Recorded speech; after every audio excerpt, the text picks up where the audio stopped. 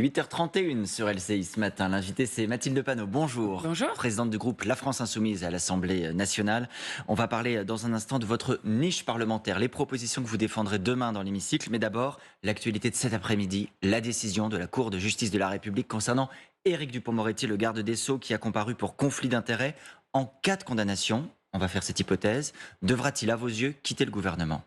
Évidemment. Alors déjà, il faut quand même redire, pour que tout le monde comprenne, que c'était déjà inédit dans la Ve République qu'un ministre en exercice se retrouve devant la Cour de justice de la République, et encore plus inédit que ce soit le ministre de la Justice qui se retrouve devant cette Cour de justice de la République. Il y a déjà eu des comparaisons. La prise illégale d'intérêt est avérée dans le cas de M. Dupond-Moretti, donc on va attendre. Vous avez déjà la décision de la CJR? Non, on va attendre ce que donne la CJR. Vous savez, je vais vous redire ce que disait l'ancien président de la CJR 2018-2019 devant la commission d'enquête que présidait mon collègue Hugo Bernalicis. Il disait, je cite exactement ces mots, alors qu'il témoignait sous serment. Il disait: la Cour de justice de la République donne l'impression que les affaires concernant les ministres s'y résolvent par de petits arrangements entre amis. Vous dites ça parce qu'il y a aussi des juges politiques et des juges qui viennent du judiciaire dans cette formation. C'est une compétition avec des parlementaires. Exactement, avec des parlementaires notamment. Et donc, nous, ce que nous demandons, c'est qu'il n'y ait pas de Cour de justice de la République spécifique pour les puissants et qu'on retrouve une justice normale sur cette question et donc qu'on supprime la CJR, ce qui d'ailleurs était aussi dans le programme d'Emmanuel Macron. Vous dites évidemment qu'il devra quitter le gouvernement s'il est condamné, reste qu'il pourrait, il aura le droit, s'il le souhaite, se pourvoir en cassation. Dans cette hypothèse, il est présumé innocent, techniquement, jusqu'à ce que la condamnation soit définitive.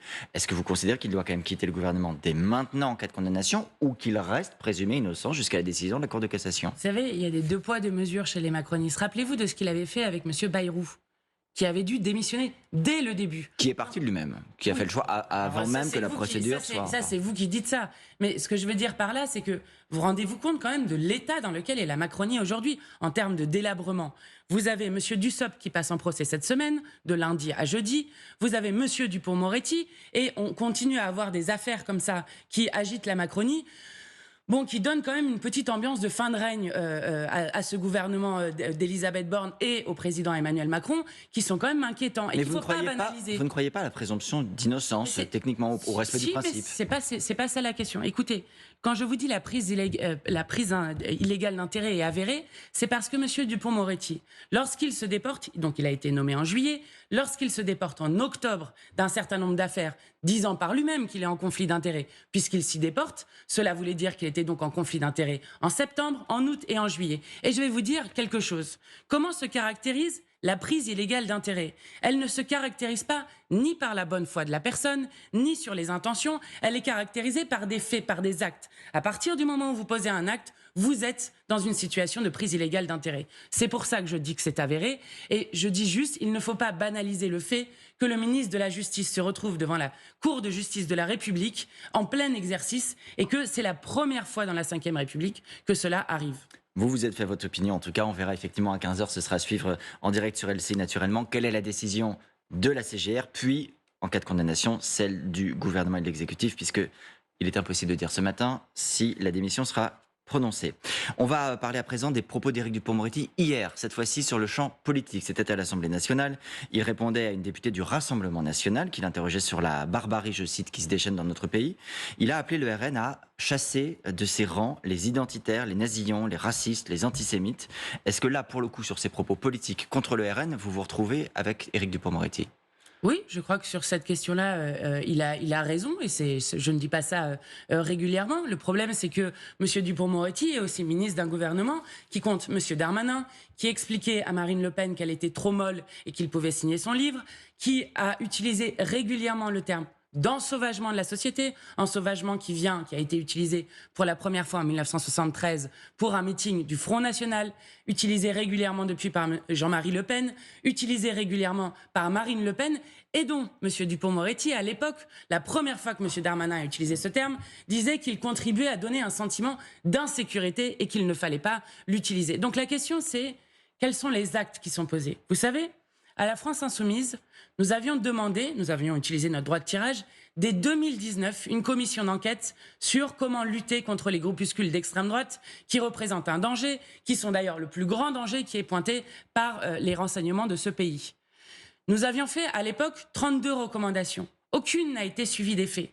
Donc, au-delà des discours, moi, j'aimerais qu'on pose des actes. Quand Gérald Parce que Darmanin ce qui dit se passe- qu'il va engager la dissolution de 3 nouveaux groupuscules d'ultra-droite, il l'a annoncé hier, est-ce que c'est pas précisément un acte qui va dans le bon sens? Alors, c'est un acte. J'aimerais que ça soit la justice administrative qui puisse le faire, mais je mets ça de côté. C'est un acte. Mais par exemple, où en est-on de la fermeture des locaux qui permettent à ces groupes de s'organiser?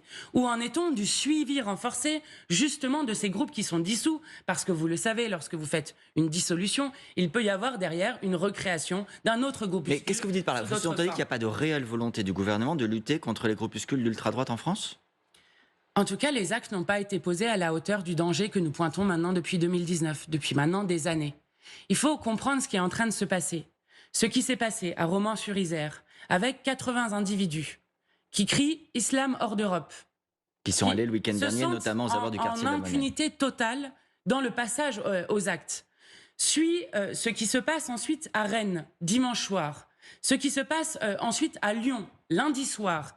Et donc, avec le renseignement qui explique que ce type de manifestation et de volonté d'intervention raciste par des milices risque de se multiplier Mais vous avez entendu le ministre de l'Intérieur, Mathilde Panot, il en a visiblement pris conscience, peut-être trop tard, admettons ce point. Je ne laisserai aucune milice, qu'elle soit d'extrême droite ou autre, faire la loi. Il a envoyé un télégramme au préfet. Il y a, peut-être tardivement encore une fois, une action ces derniers jours, incontestablement, ou une prise de conscience peut-être. Oui, mais la question, ce n'est pas de réagir à coup pour coup avec de l'émotion suite à l'expédition punitive raciste qui a eu lieu à Romans-sur-Isère. La question, c'est quelle politique est mise en place sur du court terme, moyen terme et long terme sur cette question.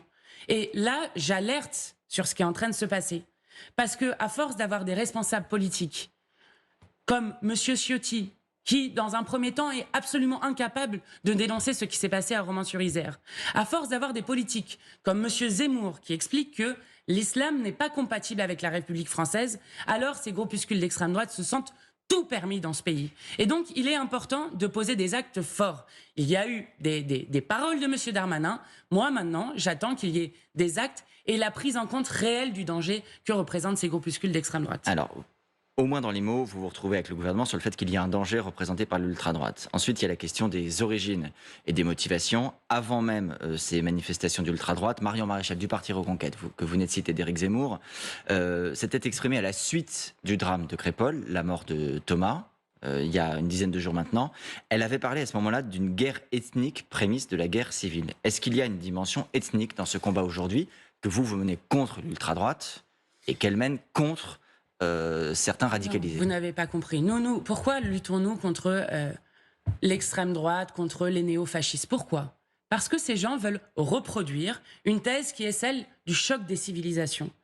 Le choc des civilisations, c'est de laisser croire qu'il y aurait une bataille de l'Occident contre l'islam qui ne serait pas compatible avec nos sociétés. Et donc, ce que font ces gens, c'est essayer de replonger la France dans les 3 siècles que la France a connus, de guerre de religion, dont nous ne voulons absolument pas mettre le doigt dedans. Il n'y a aucune dimension religieuse aujourd'hui. Nous sommes aujourd'hui les gardiens de l'unité du pays. Et je vais vous dire, je n'accepterai jamais qu'on oppose certains de mes compatriotes parce qu'ils sont de confession musulmane, parce qu'ils sont de confession catholique, parce qu'ils sont de confession juive ou je ne sais quoi. Parce que la question qui se pose, c'est comment vivons-nous ensemble en société, comment chacun et chacune est un rempart à la haine qui essaye de mettre un peu partout et de répandre l'extrême droite de ce pays, et comment chacun est à la fois un rempart à la haine, et comment nous faisons en sorte de faire société alors que les plus grands défis qui nous attendent ne sont pas la religion de tel ou tel, je rappelle que la plupart des Français sont d'ailleurs sans religion, mais de savoir comment nous faisons face au dérèglement climatique alors que la COP28 va commencer demain, de savoir comment nous faisons face alors que nous sommes la 7e puissance économique au monde à la fin qui disloque notre pays, de savoir comment est-ce que nous faisons en sorte que chacun et chacune puisse vivre dignement. C'est tabou, Mathilde Panot, de se dire aujourd'hui qu'il faut regarder en face la situation, les motivations, la dimension peut-être ethnique, la dimension peut-être religieuse, selon les mots des uns et des autres, je me les approprie pas, je les cite. C'est une thématique que vous ne voulez même pas aborder, que vous ne voulez même pas considérer. Mais c'est raciste, monsieur Gendre.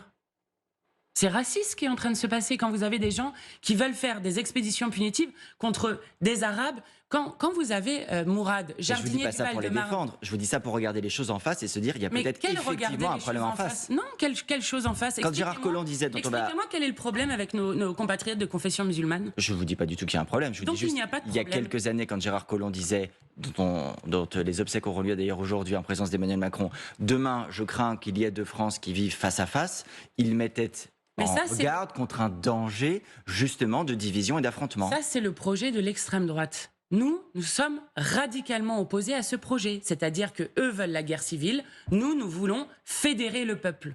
Voilà ce que nous voulons faire. Et je vais vous dire, il est quand même possible dans un pays comme la France de vivre toutes et tous dignement et de vivre en bonne entente sur, voilà, la manière dont nous avons à vivre ensemble. Vous récusiez tout à l'heure le terme d'ensauvagement, y compris pour l'utilisation qui a été faite par l'extrême droite. Il y a eu des civilisations dans la bouche du président de la République. Il y a hier encore Gérald Darmanin qui disait il y a, quoi qu'il en soit, un manque d'autorité à l'école, chez les parents, dans la rue. Quel serait le terme que vous utiliseriez? Est-ce qu'il y a quand même aujourd'hui un problème, un basculement, disait Olivier Véran, un risque de basculement de la société? Est-ce que vous voyez ça? Ou est-ce que pour vous, tous ces diagnostics sont faux? Non, le basculement que moi je vois, c'est une violence d'extrême droite de groupuscules qui est en train de s'accroître dans ce pays et qui m'inquiète énormément. Voilà ce que je vois. C'est le seul problème et qui tente de fracturer la société. Oui, je pense que c'est le plus grand mal que nous avons dans notre pays. Regardez ce qui se passe un peu dans le monde. Regardez Javier Milei qui vient d'être élu en Argentine, alors que les Argentines avaient conquis de haute lutte en 2020 le droit à l'avortement et qui risquent de remettre en cause le droit fondamental des femmes à disposer de leur corps. Cette extrême droite, à chaque fois, est l'ennemi des droits des femmes, est l'ennemi des droits des minorités dans des pays. Donc oui, je suis inquiète de voir une extrême droite qu'on laisse prospérer, dont on propage les idées. Et je veux redire qu'il existe une toute autre alternative dans ce pays, comme pour les autres pays du monde, et que nous incarnons cette alternative, qui est celle de dire nous pouvons inventer un autre futur. À nos confrères de 20 minutes auxquels vous accordez une interview, vous dites à propos de la loi immigration que ça consiste en gros à libérer les pires paroles racistes et xénophobes. En quoi le fait de vouloir traiter le sujet de l'immigration, peut-être avec des bonnes et des mauvaises mesures, en quoi ça libère nécessairement une parole raciste? Alors, vous n'avez qu'à écouter les débats qui ont eu lieu au Sénat, vous n'avez qu'à écouter les débats qui ont lieu actuellement en commission de l'Assemblée nationale. Vous avez des propos racistes qui sont tenus directement par les sénateurs et par les députés, qui donnent une certaine ambiance nauséabonde. C'est-à-dire qu'il ne faut pas traiter le sujet? Bah écoutez, c'est la 22e loi depuis 1990, donc je pense que, 22e loi en 30 ans, je pense que le sujet est largement traité. Et d'ailleurs, vous remarquerez que les lois immigration sont les seules lois dont on ne fait jamais le bilan. Pourquoi on n'en fait pas le bilan?